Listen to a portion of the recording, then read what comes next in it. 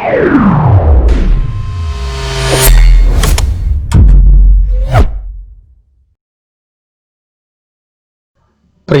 കൂട്ടുകാരെ, ഇന്ന് ഈ ക്ലാസ്സിൽ നമ്മൾ പറയുന്നത് 4ാം ക്ലാസ്സിലെ പരിസര പഠനത്തിലെ 2ാമത്തെ അധ്യായം ഇലക്കുമുണ്ട് പറയാൻ എന്ന് പറയുന്ന ഒരു ഭാഗത്തെ സസ്യങ്ങളുടെ പ്രത്യേകതകളെ കുറിച്ചാണ്.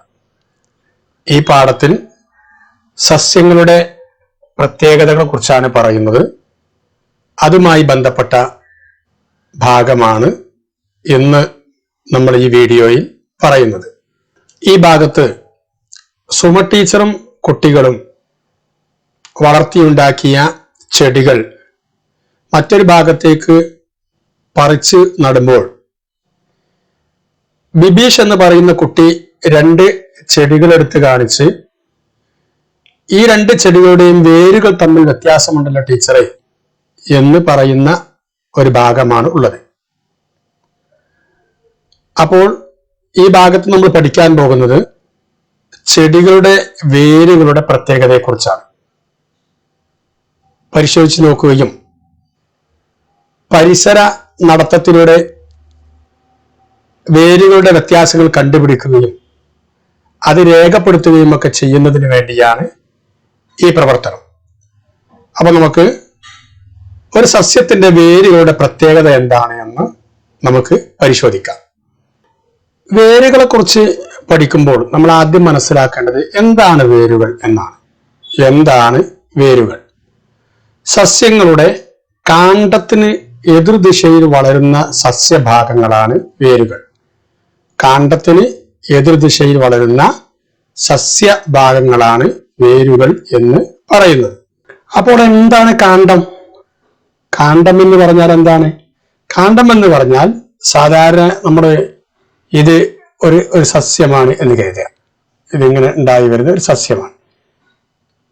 ഇവിടെ ഇങ്ങനെ ഈ വളരുന്നതാണ് വേര് എന്ന് പറയുന്നത്. ഇങ്ങോട്ട് വളരുന്നതാണ്. ഇതാണ് കാണ്ഡം. ഈ ഭാഗമാണ് കാണ്ഡം എന്നതുകൊണ്ട് ഉദ്ദേശിക്കുന്നത്. നമ്മൾ തടി എന്നൊക്കെ പറയും. ഇതിന്റെ മുകളിൽ വരുന്ന ഭാഗം എന്ന് പറയുന്നത് പിന്നെ കൊമ്പുകളും ചില്ലകളും ഒക്കെ ആയിരിക്കും. ഈ ഭാഗമാണ്. അപ്പം ഒരു സസ്യത്തിന്റെ കാണ്ഡം എന്ന് പറയുന്നത് ഇതാണ്. ഈ കാണ്ഡത്തിന്റെ ഈ എതിർദിശയിൽ വളരുന്നതിനെയാണ് നമ്മൾ വേരുകൾ എന്ന് പറയുന്നത്. അപ്പോൾ ഒരു സസ്യത്തിന് വേരുകൾ ഉണ്ടാകും. ഇവിടെ നോക്കൂ, 2 വേരുകൾ കൊടുത്തിട്ടുണ്ട്. 2 വേരുകൾ കൊടുത്തിട്ടുണ്ട്. ഈ 2 വേരുകളും ഒരുപോലെയാണോ? നിങ്ങൾക്ക് ഈ ചിത്രത്തിൽ കാണുന്ന 2 വേരുകളും ഒരുപോലെയാണോ? ഇവയുടെ വലിപ്പവും ആകൃതിയും സമാനമാണോ? നോക്കൂ, ഈ വേരിന് ഇതിന്റെ ആകൃതിയും ഈ വേരിന്റെ ആകൃതിയും ഒരുപോലെയാണോ? ഇതിന്റെ രൂപം, ഇതിന്റെ കോലം, ഇത് രണ്ടും ഒരുപോലെയാണോ? കാര്യമായിട്ട് വ്യത്യാസങ്ങളുണ്ട് അല്ലെ? അപ്പോൾ നമുക്ക് മനസ്സിലാക്കാം വ്യത്യസ്ത വേരുകളുണ്ട് എന്ന് നമുക്ക് മനസ്സിലാക്കാം. ഈ ചിത്രങ്ങളിൽ തന്നെ വ്യത്യസ്ത വേരുകളുണ്ട് എന്ന് നമുക്ക് മനസ്സിലാക്കാം. നോക്കൂ, ഇതിൽ 1ാമത്തെ ചിത്രം നമ്മൾ പ്രത്യേകമായി എടുത്ത് പരിശോധിക്കുകയാണ്. ഈ വേരുകളുടെ പ്രത്യേകതകൾ എന്തെല്ലാമാണ്? നോക്കൂ, ഈ വേര് ഇതിന്റെ രൂപം ഒന്ന് നോക്കുക. കഴിഞ്ഞ ചിത്രത്തിൽ കാണിച്ചു, എന്തെങ്കിലും പ്രത്യേകത ഉണ്ടോ എന്ന് ചോദിച്ചു. ഇനി ആ പ്രത്യേകതകളാണ് നമ്മൾ പഠിക്കുന്നത്. ഇത് ഒരു സസ്യത്തിന്റെ വേരാണ്. ഈ കാണ്ഡത്തിന്റെ നേർ എതിർദിശയിൽ ഇതാ വലിയ ഒരു പ്രധാന വേര് താഴേക്ക് ഇങ്ങനെ വരുന്നത് നമുക്ക് കാണാൻ കഴിയും. ഇത് അവസാനം വരെ വരുന്നുണ്ടത്. അപ്പൊ ഒരു പ്രധാന വേരുണ്ട് ആ സസ്യത്തിന്. അതുപോലെ തന്നെ പ്രധാന വേരിൽ നിന്ന് അനേകം വേരുകളും ഇങ്ങനെ ഉണ്ടാകുന്നുണ്ട്. ഒരു പ്രധാന വേരുണ്ട്, അതുപോലെ തന്നെ ഒരു പ്രധാന വേരിൽ നിന്നും ധാരാളം അനേകം വേരുകളും ഉണ്ടാകുന്നുണ്ട്. ഈ വേരുകളുടെ അടുത്തൊരു പ്രത്യേകത എന്ന് പറഞ്ഞാൽ ഇത് താഴേക്ക് വളരുന്നുണ്ട്. അടിയിലേക്ക് വളരുന്ന വേരുകളാണ്. അതുപോലെ തന്നെ ഭാഗങ്ങളിലേക്കും ഇത് പോകുന്നുണ്ട്. ഈ താഴേക്ക് വളരുന്നത് കൊണ്ട് തന്നെ ഇത് മണ്ണിൽ ആണ് വേര് ആഴ്ന്നിറങ്ങുന്നത്. അപ്പം ഒരുപാട് താഴേക്ക് ആഴ്ന്നിറങ്ങാൻ മണ്ണിന് ഈ വേരിൽ സാധിക്കുന്നു. നോക്കൂ, ഇവിടെയാണ് കാണ്ഡം മുകളിലേക്കാണുള്ളത്. ഈ കാണ്ഡത്തിന്റെ താഴ്ഭാഗത്ത് നിന്നാണ്, നേരെ ചുവട്ടിൽ നിന്നാണ് ഈ വേര് വളരുന്നത്. ഇത്തരം വേരുകളെ പറയുന്ന ഒരു പേരാണ് തായ്വേരു പടലം. തായ്വേരു പടലം എന്നാണ് ഈ വേരിനെ പറയുന്ന പേര്. അതായത് ഇതിന് ഒരു പ്രധാന വേര് ഉണ്ടാകും. അതുപോലെ തന്നെ ആ പ്രധാന വേരിൽ നിന്നും വ്യത്യസ്ത വേരുകൾ പല ഭാഗങ്ങളിലേക്കും പോയിരിക്കും. അതുപോലെ തന്നെ ഇത് മണ്ണിലേക്ക് താഴ്ന്ന് ഇറങ്ങിയിരിക്കും. വേരുകൾക്ക് സാമാന്യം വലിപ്പവും ഉണ്ടായിരിക്കും. ഇതാണ് ഈ തായ്വേരു പടലത്തിന്റെ പ്രത്യേകത. ഒന്നാമത്തെ ചിത്രത്തിൽ നമ്മൾ കണ്ട തായ്വേരു പടലത്തിന്റെ പ്രത്യേകതകളാണ് നമ്മൾ പറഞ്ഞത്. തായ്വേരു പടലത്തെ ചുരുക്കി നമുക്ക് ഇങ്ങനെ പറയാം. കാണ്ഡത്തിന്റെ ചുവട്ടിൽ നിന്ന് താഴോട്ട് വളരുന്ന ഒരു താഴ്വേരും അതിൽ നിന്ന് വളരുന്ന ശാഖാവേരുകളും ചേർന്ന് കാണപ്പെടുന്ന വേരുപടലമാണ് തായ്വേരു പടലം. ഈ വിവരണം കൂട്ടുകാർ എഴുതി പഠിക്കണം. കാണ്ഡത്തിന്റെ ചുവട്ടിൽ നിന്ന് താഴോട്ട് വളരുന്ന ഒരു താഴ്വേരും അതിൽ നിന്ന് വളരുന്ന ശാഖാവേരുകളും ചേർന്ന് കാണപ്പെടുന്ന വേരുപടലമാണ് തായ്വേരു പടലം. അപ്പം ഒരു തായ്വേരു പടലം എന്ന് പറയുന്ന ഒരു വേരിനെ കുറിച്ച് നമ്മൾ പഠിച്ചു. തായ്വേരു പടലത്തിന് നമുക്ക് ഏതാനും ഉദാഹരണങ്ങൾ കാണാം. തായ്വേരു പടലം എന്ന് നമ്മൾ പറയുന്ന ഏതാനും മരങ്ങളുടെ ചിത്രങ്ങളാണ് ഇവിടെ കൊടുത്തിരിക്കുന്നത്. നോക്കൂ, വലിയ വലിയ മരങ്ങളാണ്. മിക്ക വലിയ മരത്തിലും തായ്വേരു പടലങ്ങളായിരിക്കും ഉണ്ടായിരിക്കുക. താഴേക്ക് മെയിൻ കാണ്ഡത്തിൽ നിന്ന്, അതായത് പ്രധാന കാണ്ഡത്തിൽ നിന്നും താഴോട്ട് ഇറങ്ങുന്നൊരു വേരും അതിനോട് അനുബന്ധമായി ധാരാളം വേരുകളും ഉണ്ടായിരിക്കും. ഇത് താഴ്ഭാഗത്തേക്ക് ആഴ്ന്ന് ഇറങ്ങി പോകുന്ന രീതിയിലായിരിക്കും ഉണ്ടാകുക. അതുപോലെ തന്നെ ചെറിയ ചെടികൾക്കും ഉണ്ടാകും. വെണ്ട പോലെയുള്ള ചെറിയ ചെടികൾക്കും ഇത്തരത്തിലുള്ള താഴ്വേര് പടലങ്ങൾ ഉണ്ടാകും. അപ്പൊ ഒന്നാമത്തെ വേരിനെ, ഒരു തരം വേരിനെ കുറിച്ച് നമ്മൾ പഠിച്ചു, താഴ്വേര് പടലം എന്ന് പറയുന്നത്. താഴ്വേര് ഉള്ള സസ്യങ്ങൾക്ക് ഉദാഹരണങ്ങൾ പഠിക്കാം. പുളി, നമ്മൾ നേരത്തെ വലിയ ചിത്രം കണ്ടു. പുളി, മാവ്, പ്ലാവ്, വെണ്ട പോലത്തെ ചെറിയ സസ്യങ്ങൾ, ഇത്തരത്തിലുള്ള ധാരാളം സസ്യങ്ങൾ താഴ്വേരുള്ള സസ്യങ്ങൾക്ക് ഉദാഹരണമാണ്. വലിയ വലിയ മരങ്ങളാണ് പുളി, മാവ്, പ്ലാവ് എന്നൊക്കെ പറയുന്നത്. വെണ്ട ചെറിയൊരു പ്ലാന്റ്, ചെറിയൊരു ചെടിയാണ്. കൂടുതൽ സസ്യങ്ങൾ നിങ്ങൾ നിരീക്ഷിച്ച് കണ്ടെത്തണം. ഏതൊക്കെ സസ്യങ്ങൾക്കാണ് താഴ്വേരുകളുള്ളത് എന്ന് നിങ്ങളുടെ പരിസരത്തുള്ള സസ്യങ്ങളെ നിരീക്ഷിച്ച് നിങ്ങൾ കൂടുതൽ സസ്യങ്ങളെ കണ്ടെത്തി നിങ്ങളുടെ പരിസര പഠന പുസ്തകത്തിൽ നിങ്ങൾ എഴുതി വെക്കുക. ഇനി നമുക്ക് രണ്ടാമത്തെ ഈ ചിത്രം നോക്കാം. ആദ്യം നമ്മൾ തായ്വേരു പടലം പഠിച്ചു. രണ്ടാമത്തെ ചിത്രം, ഈ ചിത്രത്തിന്റെ പ്രത്യേകത എന്താണെന്ന് നോക്കൂ.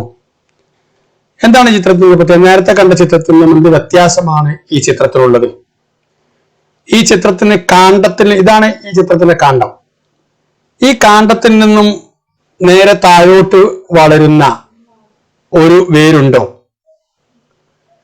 ആ വേരിൽ നിന്നും വ്യത്യസ്ത ഭാഗങ്ങളിലേക്ക് വേരുകൾ വളരുന്നുണ്ടോ?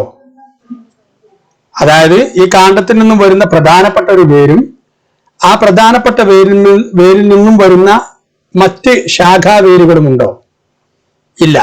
പകരം ഈ കാണ്ഡത്തിൽ നിന്നും, കാണ്ഡത്തിന്റെ താഴ്ഭാഗത്തിൽ നിന്നും ഒരുപാട് വേരുകൾ, ധാരാളം വേരുകൾ താഴേക്ക് വളരുകയാണ് ചെയ്യുന്നത്. ഒരു പ്രധാന വേരില്ല, പകരം ഒരുപാട് വേരുകൾ വളരുകയാണ് ചെയ്യുന്നത്. അതുപോലെ തന്നെ വേരുകൾ അത്ര വലിപ്പമുള്ളവയല്ല. അതുകൊണ്ട് തന്നെ അത് മണ്ണിൽ താഴേക്ക് പടർന്നു പിടിക്കുകയും അല്ലെങ്കിൽ ആഴ്ന്നു പോകുകയും ഇല്ല. അതേസമയം ഇത് കാണ്ഡത്തിന്റെ അടിഭാഗത്ത് നിന്നാണ് നേരത്തെ തായ്വേര് നമ്മൾ കണ്ട പോലെ ഈ വേരും വളരുന്നത്. ഈ വേരിന് പറയുന്ന പേരാണ് നാരുവേരു പടലം. നാരുവേരു പടലം. നേരത്തെ നമ്മൾ തായ്വേര് കണ്ടു. ഒരു പ്രധാന വേരും അതിൽ നിന്ന് ഉപശാഖാവേരുകളും ഉണ്ടായി താഴ്ഭാഗത്ത് മണ്ണിന്റെ താഴ്ഭാഗത്തേക്ക് ഇറങ്ങിപ്പോകുന്ന രീതിയിൽ പടർന്ന് വളരുന്ന വേരുകളാണ് തായ്വേരുകൾ. അതേസമയം ഈ നാരുവേര് പടലം നാരുപോലെ, പ്രധാന കാണ്ഡത്തിന്റെ ഭാഗത്ത് നിന്ന് നാരുപോലെ പടർന്ന് വരുന്നത് നമുക്ക് കാണാൻ കഴിയും. ഇതിൽ ഒരു പ്രധാന വേര് ഇല്ല. അതാണ് ഈ നാരുവേരു പടലത്തിന്റെ പ്രത്യേകത. ഇതിനെ നമുക്ക് ചുരുക്കി ഇങ്ങനെ പറയാം: കാണ്ഡത്തിന്റെ ചുവട്ടിൽ നിന്ന് വളരുന്ന ഒരേപോലെയുള്ള ധാരാളം വേരുകൾ ചേരുന്ന വേരുപടലമാണ് നാരുവേരുപടലം. ഒന്നുകൂടി പറയാം. കാണ്ഡത്തിന്റെ ചുവട്ടിൽ നിന്ന് വളരുന്ന ഒരേപോലെയുള്ള ധാരാളം വേരുകൾ ചേർന്ന വേരുപടലമാണ് നാരുവേരുപടലം. അപ്പൊ രണ്ട് വേരുകളാണ് നമ്മൾ പഠിച്ചത്. ഒന്ന് തായ്വേരും ഒന്ന് നാരുവേരും. നാരുവേരിന്റെ പ്രത്യേകതയാണ് നമ്മൾ ഈ പറഞ്ഞത്. ഇനി നോക്കൂ, ഈ നാരുവേരുള്ള സസ്യങ്ങൾക്ക് ഉദാഹരണം കണ്ടെത്താൻ നിങ്ങൾക്ക് കഴിയുമോ? നമ്മുടെ പരിസരത്ത് ഒരുപാട് നാരുവേരുള്ള സസ്യങ്ങളുണ്ട്. അതിന് ഉദാഹരണമാണ് നമ്മുടെ ഈ കാണുന്ന 3 സസ്യങ്ങൾ. ഒന്ന് തെങ്ങ്. തെങ്ങിന്റെ വേരൊന്ന് ശ്രദ്ധിച്ചു നോക്കൂ. നേരത്തെ പറഞ്ഞതുപോലെ കാണ്ഡത്തിന്റെ താഴ്ഭാഗത്ത് നിന്നും ഒരുപോലെയുള്ള ധാരാളം ചെറിയ ചെറിയ വേരുകളാണ് നമുക്ക് തെങ്ങിന് കാണാൻ സാധിക്കുക. അതുപോലെ തന്നെ കവുങ്ങിനും ഒരു പ്രധാന വേര് കാണുകയില്ല. പകരം കവുങ്ങിന്റെ കാണ്ഡഭാഗത്ത് നിന്നും വളർന്നു വരുന്ന ധാരാളം ചെറിയ വേരുകളെയാണ് നമ്മൾ കാണാൻ കഴിയുക. അതുപോലെ തന്നെ മറ്റൊരു സസ്യമാണ് മുള എന്ന് പറയുന്ന സസ്യം. മുളയുടെ വേര് കൂട്ടുകാരൻ നിരീക്ഷിച്ചു നോക്കുക. മുളയ്ക്കും പ്രധാന വേരുകളും ഉപവേരുകളും ഉണ്ടാവുകയില്ല. പകരം ഒരുപാട് വേരുകൾ, അതിന്റെ കാണ്ഡത്തിന്റെ താഴ്ഭാഗത്ത് നിന്നും ഒരുപാട് വേരുകൾ പടർന്ന് വരുന്നതായി നമുക്ക് കാണാൻ കഴിയും. കൂടുതൽ സസ്യങ്ങളെ നിങ്ങളുടെ പരിസരത്തിൽ നിരീക്ഷിച്ച് നിങ്ങളുടെ പരിസര പുസ്തകത്തിൽ എഴുതുക, നിങ്ങളുടെ ടീച്ചർക്ക് കാണിച്ചു കൊടുക്കുകയും ചെയ്യുക. അപ്പോൾ നമ്മൾ ഈ ക്ലാസ്സിൽ എന്താണ് തായ്വേര് പടലമെന്നും എന്താണ് നാരുവേര് പടലം എന്നും നമ്മൾ പഠിച്ചു.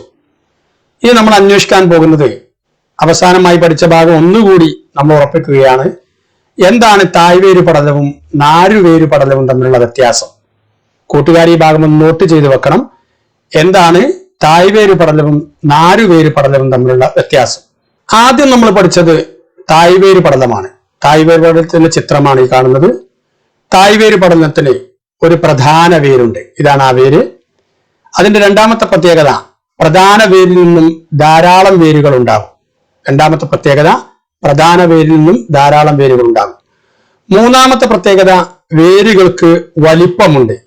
താഴ്ഭാഗത്തേക്ക് പോയി വലിയ വേരുകളായിരിക്കും അതിനുണ്ടാവുക. നാലാമത്തെ പ്രത്യേകത, മണ്ണിൽ ആഴത്തിലേക്ക് ഇറങ്ങുന്നു എന്നുള്ളതാണ് നാലാമത്തെ പ്രത്യേകത. അഞ്ചാമത്തെ പ്രത്യേകത, ഇവ കാണ്ഡത്തിന്റെ ചുവട്ടിൽ നിന്നാണ് വളരുന്നത്. ഈ 5 പ്രത്യേകതകളാണ് താഴ്വേര് പടലത്തിനുള്ളത്. ഇനി നമുക്ക് നാരുവേര് പടലത്തിന്റെ പ്രത്യേകത ഒന്നുകൂടി നോക്കാം. നാരുവേര് പടലത്തിന്റെ ചിത്രമാണ് ഈ കാണുന്നത്. ഇതിന്റെ പ്രത്യേകത എന്ന് പറയുന്നത്, ഒരു പ്രധാന വേരില്ല. നോക്കൂ, തായ്വേര് കണ്ടതുമാതിരി ഒരു പ്രധാന വേരില്ല. പകരം ഒരുപോലെയുള്ള അനേകം വേരുകൾ ഉണ്ടാകും. ഒരേപോലെയുള്ള നാരായ ഒരുപാട് വേരുകൾ ഉണ്ടാകും. വേരുകൾ അത്ര വലുതല്ല. വേരുകൾ അത്ര മണ്ണിലേക്ക് താഴ്ന്നിറങ്ങി വലുതാകുന്നില്ല. മണ്ണിൽ അത്ര ആഴത്തിലേക്ക് ഇറങ്ങുകയില്ല. ഇവ കാണ്ഡത്തിന്റെ ചുവട്ടിൽ നിന്നാണ് വളരുന്നത്. ഇതും കാണ്ഡത്തിന്റെ ചുവട്ടിൽ നിന്നാണ് വളരുന്നത്. പക്ഷെ ഇത് താഴേക്ക് ഇറങ്ങി പോകുന്ന അത്ര വലിയ വേരുകളല്ല. അപ്പൊ നാരുവേര് പടലത്തിന്റെയും തായ്വേര് പടലത്തിന്റെയും പ്രത്യേകതകൾ കൂട്ടുകാർ കണ്ടു കഴിഞ്ഞു. ഇത് നോട്ട്ബുക്കിൽ പരിസര പഠന പുസ്തകത്തിൽ നിങ്ങൾ എഴുതി വെക്കണം. ഇത് ടീച്ചറെ കാണിക്കുകയും വേണം. ഈ പാഠഭാഗത്തിൽ നിന്ന് നമുക്ക് മനസ്സിലാകുന്നത് 2 കാര്യങ്ങളാണ്. ഒന്ന്, സസ്യങ്ങളുടെ വേരുപടലത്തിന് വൈവിധ്യങ്ങളുണ്ട്. സസ്യങ്ങളുടെ വേരുപടലത്തിന് വൈവിധ്യങ്ങളുണ്ട്. രണ്ടാമത്തെ കാര്യം, തായ്വേര് പടലം, നാരുവേര് പടലം എന്നിങ്ങനെ 2 തരം വേരുപടലങ്ങളുണ്ട്. ഇതുപോലെ ഉപകാരപ്രദമായ മറ്റൊരു വീഡിയോയുമായി നമുക്ക് വീണ്ടും കാണാം. അതുവരെ ഗുഡ് ബൈ.